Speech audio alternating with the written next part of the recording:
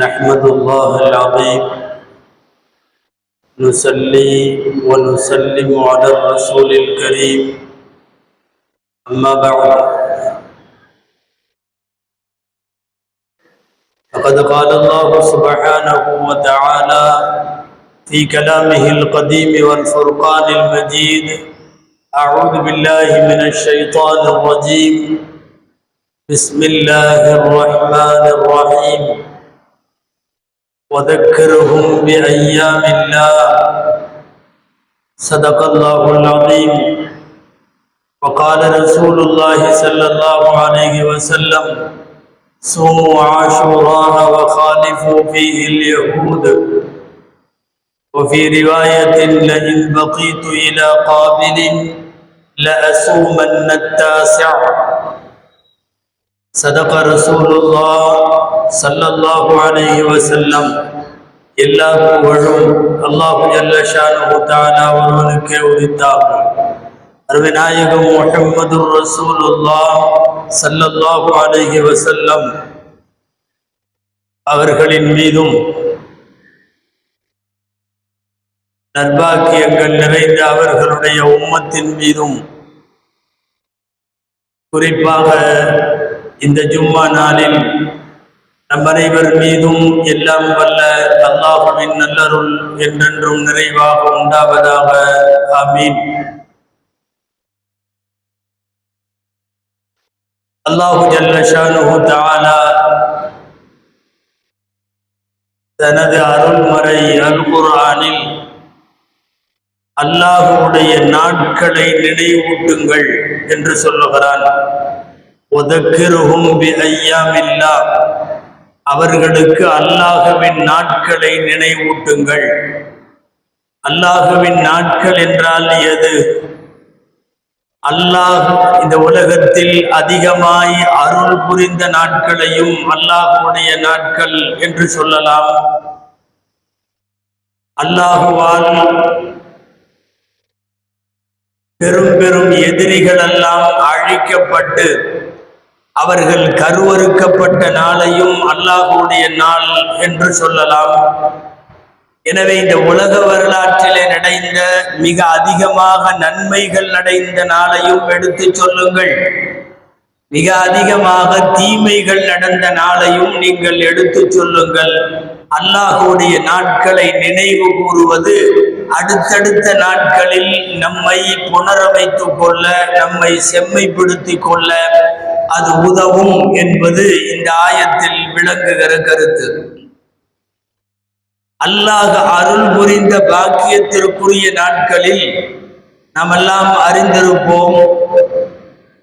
10 நாட்களாய் ஒரு 3 முத்தான 10 நாட்கள் உண்டு.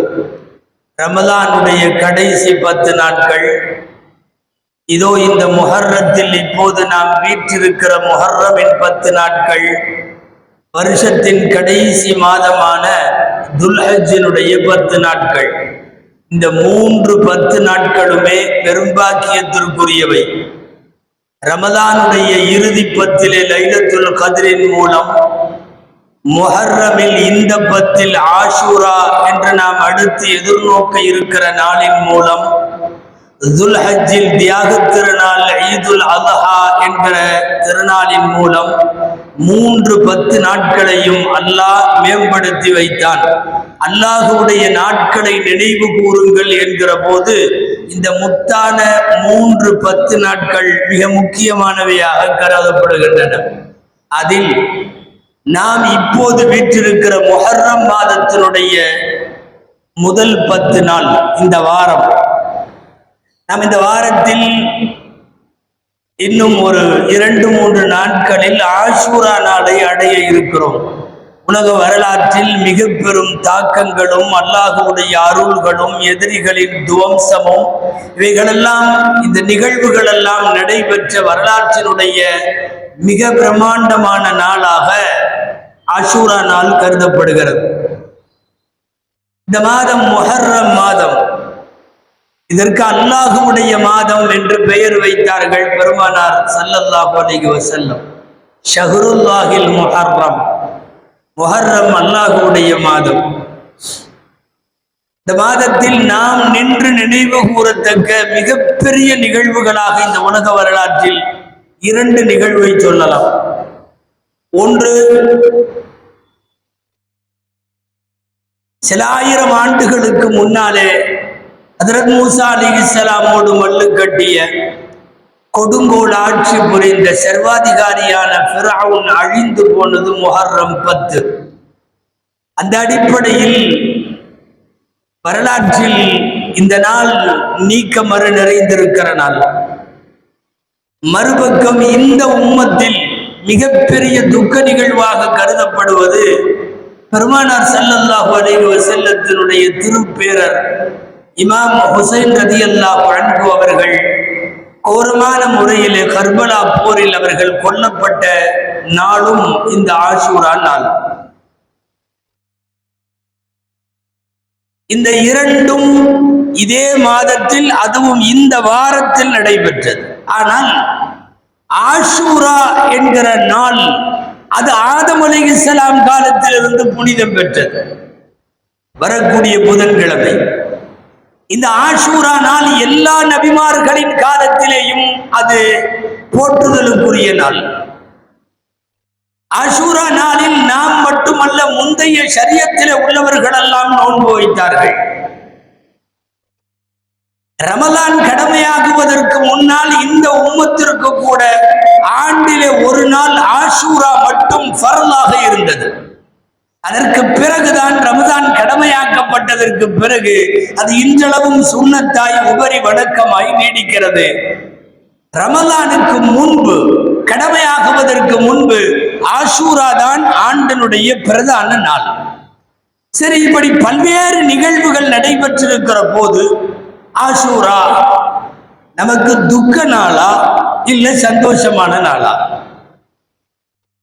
ஏராளமான எதிரிகள் அழிக்கப்பட்டார்கள் என்ற வரலாற்றை படித்து பார்க்கிற போது முஸ்லிம் உம்மத்திற்கு அது சந்தோஷமான நாளாக இருக்க வேண்டும்.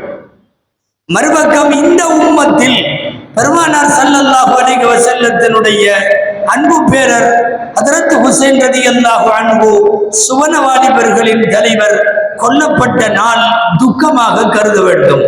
துக்கமா அல்லது இது சோகமா என்கிற புரிதல்களுக்கு இடையில் மார்க்க அறிஞர்கள் சொல்லுகிறார்கள், இது துக்க நாள் அல்ல, அதற்காக கொண்டாடப்பட வேண்டும் என்கிற சந்தோஷ நாளும் அல்ல. இது இபாதத்திற்குரிய நாள். அந்த நாளிலே நோன்பு நோட்கலாம், அந்த நாளில் ஏழைகளுக்கு உதவி புரியலாம், அந்த நாளில் அல்லாஹ்விடத்தில் பிரார்த்தனைகள் புரியலாம், அந்த நாளில் தன் குடும்பத்தினருக்கு விசாலமாக செலவு செய்யலாம். அவ்வளவுதான். இதை தாண்டி ஆஷூரா கொண்டாட்டத்திற்குரிய நாள் அல்ல. அதே சமயம் இங்கே சில ஷியாக்கள் செய்வது போல இது துக்க நாளாக உடலிலும் மாறிலும் கன்னத்திலும் அறைந்து கொள்ளக்கூடிய நாளும் அல்ல. ஆஷூரா என்று சொன்னவுடன் அது ஹுசைன் ரலியல்லாஹு அன்ஹு கொல்லப்பட்ட நாள். எனவே அந்த நாள், அந்த மாதம் எல்லாம் சோகமானது என்பதை போல ஒரு கருப்பு ஆடை உடுத்திக் கொண்டு இதை சோகத்தினுடைய ஒரு நிறம் கொடுக்க முயற்சிப்பது தவறானது. மார்க்க அறிஞர்களின் பார்வையில் அது நம்முடைய கொள்கை கோட்பாடுகளுக்கு எதிரானது. அப்படி ஒரு சோக நாளாக முஹர்ரமை, ஆஷூராவை கொண்டாட வேண்டிய அவசியம் இல்லை. ஹஜ்ரத் ஹுசைன் ரலியல்லாஹு அன்ஹு கொல்லப்படுவதற்கு பல்லாயிரம் ஆண்டுகளுக்கு முன்னாலே ஆஷூரா இருந்தது. ஆஷூரா புனித நாளாக இருந்தது. மதீனத்தில் மண்ணிற்கு பயணம் புறப்பட்ட பெருமானார் ஸல்லல்லாஹு அலைஹி வஸல்லம் மதீனாவிலே போய் ஆஷூரா நோன்பு வைக்க சொல்லி அவர்களும் வைத்து உம்மத்தை வைக்க சொன்ன நாளிலே இருந்து சற்றேறக்குறைய 50-60 வருஷத்துக்கு பிறகுதான் ஹுசைன் ரலியல்லாஹு அன்ஹு கொல்லப்படுகிறார்கள். எனவே ஹுசைன் ரலியல்லாஹு அன்ஹு கொல்லப்பட்டதற்கு பிறகு ஏற்பட்டதல்ல ஆஷூரா. எனவே ஆஷூரா என்பது சோக நாள் அல்ல. வரலாற்றில் சொல்ல போனால் மகிழ்ச்சிக்குரிய ஏராளமான செய்திகள் ஆஷூராவில் நடைபெற்றது. அமர்ந்திருக்கலாம், ஹஜ்ரத் ஆதம் அலைஹிஸ்ஸலாமை அல்லாஹ் படைத்தது ஆஷூரா என்று வருகிறது.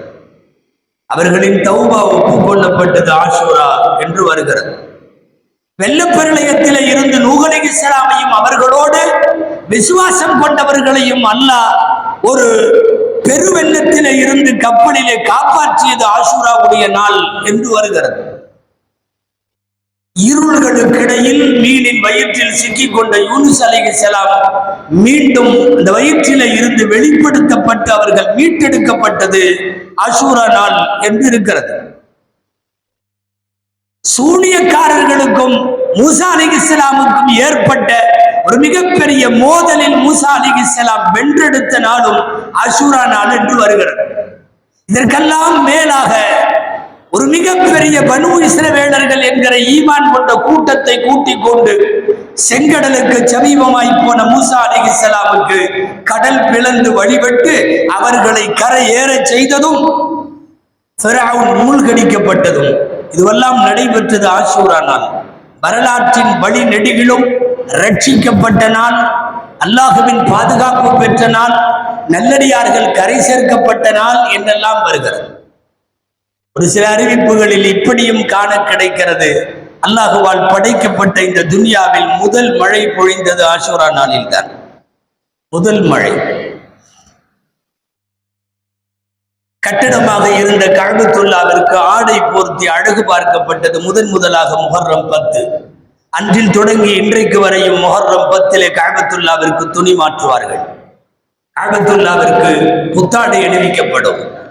இது எல்லாமே முஹர்ரம் 10 ஆஷூரா நாளில் கடந்த காலங்களில் நடந்தவை, இப்போதும் நடப்பவை, இனி கியாமத்து வரைக்கும் ஆஷூரா இப்படிப்பட்ட புனிதங்களை தாங்கிய நாள். ஒரு ஷரியத்திலே இல்லை, நிறைய ஷரியத்துகளில் ஆஷூரா என்பது ஆக புனிதமான நாளாக கருதப்பட்டிருக்கிறது. எனவே ஆஷூராவிற்கு கொண்டாட்ட அடையாளம் வர்ணம் பூசுவதும் தவறு. மறுபக்கம் அது சோகமான நாள். ஹுசைன் ரலியல்லாஹு அன்ஹு கொல்லப்பட்டார்கள், எனவே அதை சோகமாக அனுஷ்டிக்க வேண்டும் என்கிற சிலரது அணுகுமுறையும் தவறானது. உண்மைதான், ஹஜ்ரத் ஹுசைன் ரலியல்லாஹு தஆலா அன்ஹு அவர்கள் பக்தாத் அருகே இருக்கிற கர்பலா மைதானத்தில் அவர்கள் கொல்லப்படுகிறார்கள். எம்பெருமானார் ஸல்லல்லாஹு அலைஹி வஸல்லம் வஃபாத்தாகி ஏறக்குறைய 50 ஆண்டுகளுக்கு பின்னாலே ஹஜ்ரத் ஹுசைன் ரலியல்லாஹு தஆலா அன்ஹு அவர்கள் போரிட்டது ஆட்சிக்கு வர வேண்டும் என்பதற்காக அல்ல, நாடு பிடிக்க வேண்டும் என்பதற்காக அல்ல, நான் ஒரு பெரிய தளபதி என்று உயிர்களை கொல்லுவதற்கு புறப்பட்ட ஒரு பழிவாங்கும் பயணம் அல்ல. சர்வாதிகாரத்தை எதிர்த்து போராடினார்கள், கொடுங்கோல் ஆட்சியை எதிர்த்து போராடினார்கள். மக்கள் தேர்ந்தெடுக்காமல் அவர்களாக முடிசூட்டிக் கொள்ளுகிற அந்த போர் தான் கர்பலாவினுடைய போர். போர் ஒரு மிகப்பெரிய காவியம். எம்பெருமானார் ஸல்லல்லாஹு அலைஹி வஸல்லத்தினுடைய அடுத்த தலைமுறை வம்சத்தினர் அத்தனை பேரும் ஹுசைன் ரலியல்லாஹு அன்ஹுவோடு இருக்கிறார்கள். ரொம்ப சுருக்கமாக சொல்லுவதானால் பெருமானார் ஸல்லல்லாஹு அலைஹி வஸல்லமுடைய திருப்பேரர் ஹுசைன் ரலியல்லாஹு அன்ஹுடைய குடும்பம் ஒட்டு மொத்தமாக கொல்லப்பட்ட நாள். எல்லாம் கொல்லப்பட்டார்கள். உடல் நலம் சரியில்லாமல் போரிலே பங்கேற்காமல் கூடாரத்திலே படுக்க வைக்கப்பட்டிருந்த ஸைனுல் ஆபிதீன் ரலியல்லாஹு அன்ஹு அவர்கள் மட்டும்தான், அவர்கள் ஒரே ஒருவர் மட்டும்தான் அந்த குடும்பத்திலே இருந்து தப்பித்தவர்கள். ஸைனுல் ஆபிதீனை தவிர எல்லாரும் போய்விட்டார்கள். ஸைனுல் ஆபிதீன் ரலியல்லாஹு அன்ஹு அவர்களுடைய சொந்த பெயர் அலி இப்னுல் ஹுசைன் ரலியல்லாஹு அன்ஹு. அவர்கள் ஒருவரை வைத்துத்தான் இந்த உலகத்தில் இன்றைக்கு வரையும் ஹுசைன் ரலியல்லாஹு அன்ஹுடைய வம்ச தொடர்ந்து வந்து கொண்டிருக்கிறது. ஏனென்றால் ஒரு குடும்பத்தினுடைய அத்தனை நபர்களும் கொல்லப்பட்டு ஆளில்லாத பாலைவனத்தில் நீரில்லாத நிலையில் குடிக்க தண்ணீர் கேட்டும் கொடுக்க மறுக்கப்பட்ட நிலையில் ஹஜ்ரத் ஹுசைன் ரலியல்லாஹு அன்ஹு கொல்லப்பட்டது சோகமான நிகழ்வு என்பதில் சந்தேகம் இல்லை. ஆனால் அதற்காக முஹர்ரம் சோகம், ஆஷூரா சோகம் என்று அல்லாஹ்வினுடைய இந்த பண்டிகை நாளைக்கு ஒரு சோகத்தினுடைய நிறம் பூசுவது நம் கொள்கை கோட்பாடுகளுக்கு எதிரானது. நாம் அழுத்தமாக தெரிந்து வைத்திருக்க வேண்டும். அஹ்லு சுன்னத் வல் ஜமாஅத் என்று சொல்லுகிற சுன்னத் வல் ஜமாஅத்தினுடைய உலகம் முழுக்க வாழுகிற சுன்னத் வல் ஜமாஅத்தினுடைய அகீதா கொள்கை கோட்பாடு என்ன தெரியுமா? ஹுசைன் ரலியல்லாஹு அன்ஹுவை யாரெல்லாம் கொன்றார்களோ அவர்கள் மீது அல்லாஹ்வின் சாபம் உண்டாகட்டும், யாரெல்லாம் கொல்லுவதற்கு ஐடியா கொடுத்தார்களோ, ஆலோசனை சொன்னார்களோ, அவர்களின் மீதும் அல்லாஹ்வின் சாபம் உண்டாகட்டும். யாரெல்லாம் அந்த கொலைக்கு, படுகொலைக்கு உதவியாக இருந்தார்களோ அவர்கள் மீதும் அல்லாஹ்வின் சாபம் உண்டாகட்டும். இந்த செய்தியை கேள்விப்பட்டதற்கு பிறகு ஹுசைன் ரலியல்லாஹு அன்ஹுவின் படுகொலையில் யார் சந்தோஷப்பட்டார்களோ அவர்களின் மீதும் அல்லாஹ்வின் சாபம் உண்டாவதாக என்பதுதான் சுன்னத்துல் வல் ஜமாஅத்தினுடைய அகீதா. அது வரலாற்றில் மறக்க முடியாத ஒரு சோகமான நாள் என்பதில் சந்தேகம் இல்லை. ஆனால் மறுபக்கம் அதே சுன்னத்துல் வல் ஜமாஅத்தினுடைய கொள்கை கோட்பாடு, ஆஷூரா இதனால் சோக நாள் அல்ல, முஹர்ரம் மாதம் இதனால் சோக மாதம் அல்ல. நமக்கு தெரியும், எந்த ஒரு மரணத்திற்கும் 3 நாளைக்கு மேல் துக்கம் அனுஷ்டிக்க மார்க்கத்தில் அனுமதி இல்லை. அது மனைவியாக இருந்தால் கணவனுடைய துக்கத்திற்கு 4 மாதம் 10 நாட்கள் வரை துக்க காலமாக எடுத்துக்கொள்ளலாம். இதை தவிர உலகத்தில் யார் இறந்தாலும் 3 நாளைக்கு மேல் துக்கம் அனுஷ்டிப்பதற்கு மார்க்கம் அனுமதி தரவில்லை. அதிலும் அந்த துக்கத்தில் வரம்பு மீறுகிற ஒப்பாரியும், வரம்பு மீறுகிற முகத்திலும் மார்பிலும் அடித்துக் கொண்டு அழுவது என்பது சுத்தமாகவே இஸ்லாமிய கலாச்சாரமும் அல்ல. அது இஸ்லாத்தினுடைய சாயம் கூட அதன் மீது பட முடியாது. இன்றைக்கு முஹர்ரம் 10 என்று வந்துவிட்டால், முஹர்ரம் 10 அல்ல, சற்றேற குறைய 10 முடிவடைகிற முந்தைய 40 நாட்கள் சோக நாளாக கருதுகிறார்கள் ஷியா சமுதாயத்தை சார்ந்தவர்கள். 40 நாளும் எந்த நல்ல காரியமும் நடக்காது. அதிலும் குறிப்பாக முஹர்ரம் 10 ஹுசைன் ரலியல்லாஹு அன்ஹு கொல்லப்பட்ட நாளில் கையிலே ஆயுதங்களை வைத்துக் கொண்டு, கத்தியை வைத்துக் கொண்டு தன் உடலை தானே கீறிக்கொள்வது, முகத்திலே அரைந்து கொள்வது, சங்கிலியால் கட்டி கொள்வது, பெண்கள் தங்களுடைய உடல்களிலே அவர்களும் தனியாக அரைந்து கொண்டு அடித்துக் கொண்டு அழுவது, இவர்கள் பப்ளிக்காக ஊர்வலம் நடத்தி இரத்த வெள்ளத்தில் பார்ப்போரை ரணகளை செய்கிற ஒரு சூழலை ஏற்படுத்துவது, இது எல்லாமே அப்பட்டமாக சுன்னத்துல் வல் ஜமாஅத் என்று சொல்லக்கூடிய அகில உலக முஸ்லிம்கள் அத்தனை பேருக்கும் இது எதிரான நிலைப்பாடாகும். மார்க்கத்தில் இவைகளுக்கு ஆதாரம் இல்லை. சாதாரணமாக ஒரு வீட்டில் ஒரு மையத்து நடந்து அதற்காக அழுபவர்கள் ஒரு பெரும் குரல் எடுத்து ஒப்பாரி வைத்து அழுதால் கூட கண்டிக்கிறது மார்க்கம். லைஸ மின்னா மன் தரபல் ஹுதூத் வ ஷக்கல் ஜுயூப், சஹீஹுல் புகாரியினுடைய ஹதீஸ். கன்னத்திலே அரைந்து கொண்டு அழக்கூடியவர்கள் நம்மை சார்ந்தவர்கள் அல்ல, ஆடைகளை கிழித்து கொண்டு அழக்கூடியவர்கள் நம்மை சார்ந்தவர்கள் அல்ல. இதுவெல்லாம் பெருமானார் ஸல்லல்லாஹு அலைஹி வஸல்லம் ஒரு துக்க அனுஷ்டிப்பின் போது முஸ்லிம் சமுதாயம் கடைபிடிக்க வேண்டிய ஒழுங்குகளும் கடைபிடிக்க கூடாத கைவிட வேண்டிய வழிமுறைகளை குறித்தும் பெருமானார் பேசியவை. கொல்லப்பட்ட நாள் சோக நாள் என்றால், ஹுசைன் ரலியல்லாஹு அன்ஹு கொல்லப்பட்டது நிகழ்வு சோக நிகழ்வு. அதனால் ஆஷூரா சோக நாள் அல்ல, முஹர்ரம் மாதம் சோக மாதம் அல்ல. உமர் ரலியல்லாஹு அன்ஹு கொல்லப்பட்டார்கள், நாம் கொண்டாடுகிறோம். அப்படி மெஹராபிலேயே கொல்லப்பட்டார்கள். கடந்த வாரம் சொன்னோமே. உஸ்மான் ரலியல்லாஹு அன்ஹு தள்ளாத வயதிலே அவர்கள் கொல்லப்பட்டார்கள். ஒரு வெள்ளிக்கிழமை ஃபஜ்ர் தொழுகைக்கு வருகிற போது அலி ரலியல்லாஹு அன்ஹு கொல்லப்பட்டார்கள். யாருடைய நாளையும் நாம் துக்க நாளாகவோ கொண்டாடுவதோ ஒப்பாரி வைப்பதோ இல்லை. அப்படி மார்க்கத்தில் அனுமதிக்கப்படவும் இல்லை. 63 ஆண்டு கால பெருமானாருடைய வரலாற்றில் 63 வருஷத்திலேயும் சேர்த்து நடைபெற்ற ஒரு கோரமான படுகொலை என்று சொன்னால் உஹதிலே கொல்லப்பட்ட ஹம்சா ரலியல்லாஹு அன்ஹுவினுடைய படுகொலையை சொல்ல வேண்டும். காரணம், முழு உடல் கிடைக்காமல் ஒரு பாடியை பொட்டணம் கட்டி எடுத்துவிட்டு போன நிகழ்வு அது. பெருமானார் ஸல்லல்லாஹு அலைஹி வஸல்லமை அடுத்த அடி எடுத்து வைக்க விடாமல் அவர்களை துவளச் செய்த ஒரு மாபெரும் படுகொலை. அந்த ஹம்சாவுக்கு கூட நபி ஸல்லல்லாஹு அலைஹி வஸல்லம் நீண்ட நாட்களாக துக்கம் அனுஷ்டிக்கவில்லை, அனுஷ்டிப்பதற்கான வழிகளை ரசூலுல்லாஹ் விடவும் இல்லை.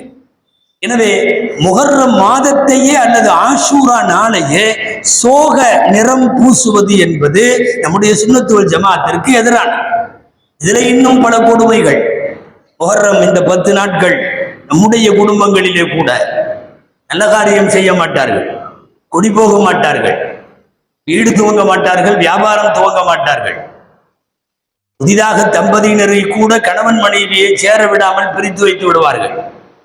முஹர்ரம் 10வது நாள் பஞ்சா எடுப்பது என்கிற பெயராலே ஒரு மோசமான பிதஅத்தை செய்வார்கள். ஆங்காங்கே கிராமங்களில் இன்றளவும் தமிழகத்திலே கூட தீ மிதிக்கிற வேலை கூட நடக்கிறது. பஞ்சா எடுப்பது, தீ மிதிப்பது, கணவன் மனைவியை பிரித்து வைப்பது, இது எல்லாமே இங்கே ஒரு காலத்தில் நம்மோடு கொஞ்சம் ஒட்டி இருந்த ஷியாக்களினுடைய சில பழக்க வழக்கங்களினுடைய தொற்று இன்றைக்கும் சுன்னத் வல் ஜமாஅத்தினரிடமும் இருக்கிறது. இது எதற்குமே மார்க்கத்தில் அனுமதி இல்லை. தீ மிதிப்பது என்பதெல்லாம், கடவுளுக்காக தன்னை தீயில கால் மிதித்து புண்ணாக்கி கொள்வது என்பதெல்லாம் பல்வேறு சமயங்களினுடைய வேற்று மதத்தினுடைய கலாச்சாரம், வழிபாடு. அடுத்த மதத்தின் கலாச்சாரத்தை தனதாக்கி கொள்ளுபவன் அதை சார்ந்தவன் என்கிறார்கள் நபி ஸல்லல்லாஹு அலைஹி வஸல்லம். உங்களுக்கு தெரியும், பாங்கு சொல்லுவது என்கிற முறை வருவதற்கு முன்னால் தொழுகைக்கு கூப்பிட என்ன செய்யலாம் என்று ஆலோசிக்கப்பட்ட போது மணி அடிக்கலாம் என்றார்கள் சில பேர், அந்த நேரம் மட்டும் நெருப்பு மூட்டலாம் என்றார்கள் சில பேர், சங்கு ஊதலாம் என்று சொன்னார்கள் சில பேர். ஆலோசனையில் பெருமானார் ஸல்லல்லாஹு அலைஹி வஸல்லம் சொன்னது என்ன தெரியுமா? அவைகளெல்லாம் யகூதிகளின் வேலை. சங்கு ஊதுதல், மணியடித்தல் நசாராக்களினுடைய பண்பாடு, நெருப்பு மூட்டி அடையாளப்படுத்துதல் மஜூசிகளினுடைய பழக்கம். இது எந்த சாயலும் நமக்கு இருக்கக்கூடாது. எனவே தொழுகை நேரம் வந்துவிட்டது என்று தெரியப்படுத்த அதற்கு பிறகுதான் அல்லாஹுவால் காட்டி கொடுக்கப்பட்டு கனவின் மூலம் சொல்லிக் கொடுக்கப்பட்டு அதான் என்கிற பாங்கொலி இன்றைக்கும் உலகம் முழுக்க பாங்கு சொல்லப்படுகிறது. அந்த ஆலோசனையை நினைத்து பார்க்கிறோம். அடுத்த மதத்தவர்களினுடைய செயல்பாடுகள் வழிபாட்டு ரீதியாக வணக்க வழிபாடுகளுக்குள் நம்மிடையே வர வேண்டாம் என்பதுதான் அதிலே ஆழமாக நாம் உள்வாங்க வேண்டிய கருத்து. அப்படி இருக்கிற போது பஞ்சா எடுப்பது என்பதோ அல்லது தீ மிதிப்பது என்பதோ, அந்த ஆஷூரா நாளைக்கென்று சோக அடையாளங்களை பூசிக்கொள்வது என்பதோ, இவைகளெல்லாம் மார்க்கத்திற்கு அப்பாற்பட்டவை. முதல்ல கருப்பு ஆடை என்கிற கான்செப்டே தவறு.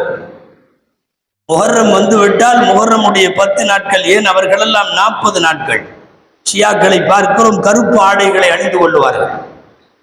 40வது நாள் தான் கருப்பு ஆடைகளை களைவார்கள். முதல்ல இஸ்லாமிய பார்வையில கருப்பு ஆடைங்கிறது சோக அடையாளமே அல்ல. இந்த நாட்டில் வேணா யாராவது இறந்த உடனே கருப்பு சட்டை போட்டுக்குவாங்க, ஏதாவது கண்டன ஆர்ப்பாட்டம்னா கருப்பு சட்டை போட்டுக்குவாங்க, சோகமா இருக்கிறப்பெல்லாம் போட்டுக்குவாங்க. இஸ்லாத்தினுடைய ஷரியத்தின் பார்வையில கருப்பு என்பது சோக அடையாளமாக எங்கும் சொல்லப்படவில்லை. கொஞ்சம் மிகைப்படுத்தி சொல்லல, கொஞ்சம் மாத்தமா வேணா சொல்லலாம். சில சந்தோஷமான தருணங்களில் ரசூலுல்லாஹ் கருப்பு ஆடை அணிந்திருக்கிறார். ஹிஜ்ரி 8 மக்கா வெற்றி கொள்ளப்பட்ட ஒரு மாபெரிய வெற்றிக்குரிய நாள்.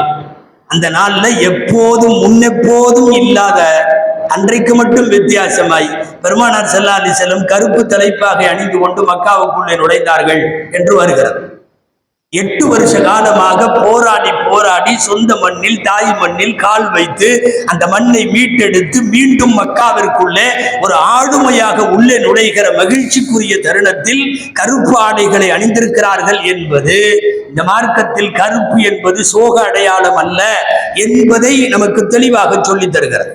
அந்த அடிப்படையில் இவைகள் எல்லாமே இன்றைக்கு ஆஷூராவிற்கு சோக நிறம் பூசுகிறார்கள், ஒரு துக்கத்தினுடைய வர்ணத்தை தெரிவிக்கிறார்கள்.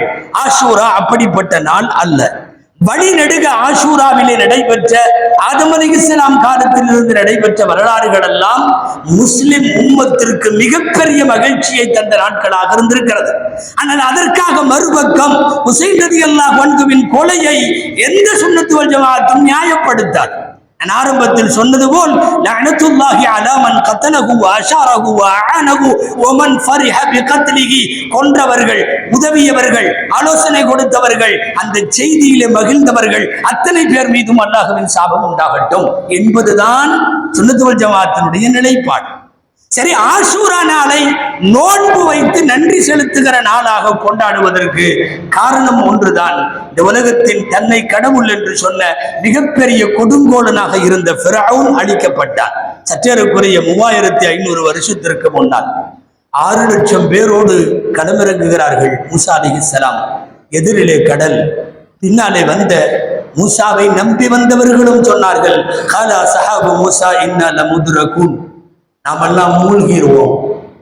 மூசா அலைஹிஸ்ஸலாம் இறை நம்பிக்கையிலும் உறுதியிலும் தளராமல் உறுதியோடு சொன்னார்கள், கல்லா இன்ன மஅய ரப்பி சயஹ்தி. மூழ்கி போவோம் என்று சொல்லாதீர்கள். கல்லா இன்ன மஅய ரப்பி சயஹ்தீன், என்னோடு என் ரப் இருக்கிறான், அவன் வழிகாட்டுவான் என்கிற போது கடல் பிளந்து வழிவிட்டு ஒரு மாபெரிய சர்வாதிகாரி உள்ளுக்குள்ளே நுழைந்த நாள். எனவே ஆஷூராவை ஒரு மிகப்பெரிய வரலாற்று நிகழ்வை கொண்டாடுகிற வகையில் நாம் அன்றைக்கு நோன்பு நோக்கிறோம், நன்றி செலுத்துகிறோம். இந்த ஆண்டினுடைய முதல் மாதத்தினுடைய 10வது நாளை பாக்கியத்திற்கும் பரக்கத்திற்கும் உரிய நாளாக கருதுகிறோம். எம்பெருமானார் ஸல்லல்லாஹு அலைஹி வஸல்லமுடைய வார்த்தை, அஃதலு ஸியாமி பஅத ஷஹ்ரில்லாஹி பஅத ரமலான் ஷஹ்ருல்லாஹில் முஹர்ரம். ஸியாமு ஷஹ்ரில்லாஹில் முஹர்ரம், ரம்ஜானுக்கு பிறகு ஆகச் சிறந்த நோன்பு என்பது ஆஷூராவுடைய நோன்பு. ஷஹ்ரில்லாஹில் முஹர்ரம், ரம்ஜானுக்கு பிறகு ஆகச் சிறந்த நோன்பு என்பது ஆஷூராவுடைய நோன்பு, முஹர்ரம் மாதத்தினுடைய நோன்பு. அஃதலு ஸலாத்தி பஅதல் ஃபரீதத்தி ஸலாத்துல் லைல், உலகத்திலே ஃபர்லான தொழுகைக்கு பின்னால் ஆகச் சிறந்த தொழுகை தஹஜ்ஜுடைய தொழுகை. இந்த 2 வரியும் நபி ஸல்லல்லாஹு அலைஹி வஸல்லம் சொல்லி தந்த வார்த்தை. அந்த அடிப்படையில் மதீனாவிலே நோன்பு வைத்த யூதர்களை பார்த்து ஏன் வைக்கிறீர்கள் என்று கேட்க, அல்லாஹ் மூசாவையும் இஸ்ரவேலர்களையும் காப்பாற்றிய நாள் என்று அவர்கள் சொல்ல, நாங்கள் அதற்கு மிக தகுதியானவர்கள் என்று சொல்லிவிட்டு அப்போதுதான் ஸல்லல்லாஹு அலைஹி வஸல்லம் முஸ்லிம்களுக்கு உத்தரவிட்டார்கள், சூமு ஆஷூரா வகாலிபு ஃபீஹில் யஹூத், நீங்களும் ஆஷூராவிலே நோன்பு வையுங்கள், யகூதிகளுக்கு கொஞ்சம் மாறு செய்யுங்கள். எப்படி மாறு செய்வது? அவர்கள் 10 நோன்பு வைக்கிறார்கள், நீங்கள் 9, 10 வையுங்கள். அடுத்த ஆண்டு நான் உயிரோடு இருந்தால் நானும் 9வது நாளும் சேர்த்து நோன்பு வைப்பேன் என்று சொன்னார்கள் பெருமானார் ஸல்லல்லாஹு அலைஹி வஸல்லம். அடுத்த ஆண்டு அவர்கள் உயிரோடு இருக்கவில்லை. அப்போ பிறை 9, 10 ரமலானுக்கு அடுத்தபடியாக ஆகச் சிறந்த நோன்பு. ஒரு ஆண்டுக்கான பாவங்கள் மன்னிக்கப்படுவதற்கு நாயகத்தால் உத்தரவாதம் தரப்பட்ட நோன்பு இன்ஷா அல்லாஹ் வரக்கூடிய செவ்வாய்க்கிழமையும் புதன்கிழமையும். ஒருவேளை செவ்வாய் வைக்க தவறினால் புதனும் வியாழனும், ஆக பிறை 9, 10 அல்லது 10, 11 ஆஷூரா நாள் வரக்கூடிய புதன்கிழமை இந்த நோன்பு வைப்பது அண்ணல் ஸல்லல்லாஹு அலைஹி வஸல்லம் அவர்களால் வலியுறுத்தப்பட்ட சுன்னத்தாகும். அல்லாஹ் ஜல்ல ஷானுஹு தஆலா பிறந்திருக்கிற புதிய முஹர்ரம் இஸ்லாமிய புத்தாண்டு 1446 ஒட்டுமொத்தமாக உலகத்தில் வாழ்கிற எல்லா முஸ்லிம்களுக்கும் அமைதியையும் சுபிட்சத்தையும் ஆஃபியத்தையும் பரக்கத்தையும் தரக்கூடிய சீர்மிகுந்த மாதமாய் செம்மையான ஆண்டாய் அல்லாஹ் இந்த ஆண்டை ஆக்கி அருள்வானாக. ஆமீன். வஆகிரு தஅவானா அனில் ஹம்துலில்லாஹி ரப்பில் ஆலமீன்.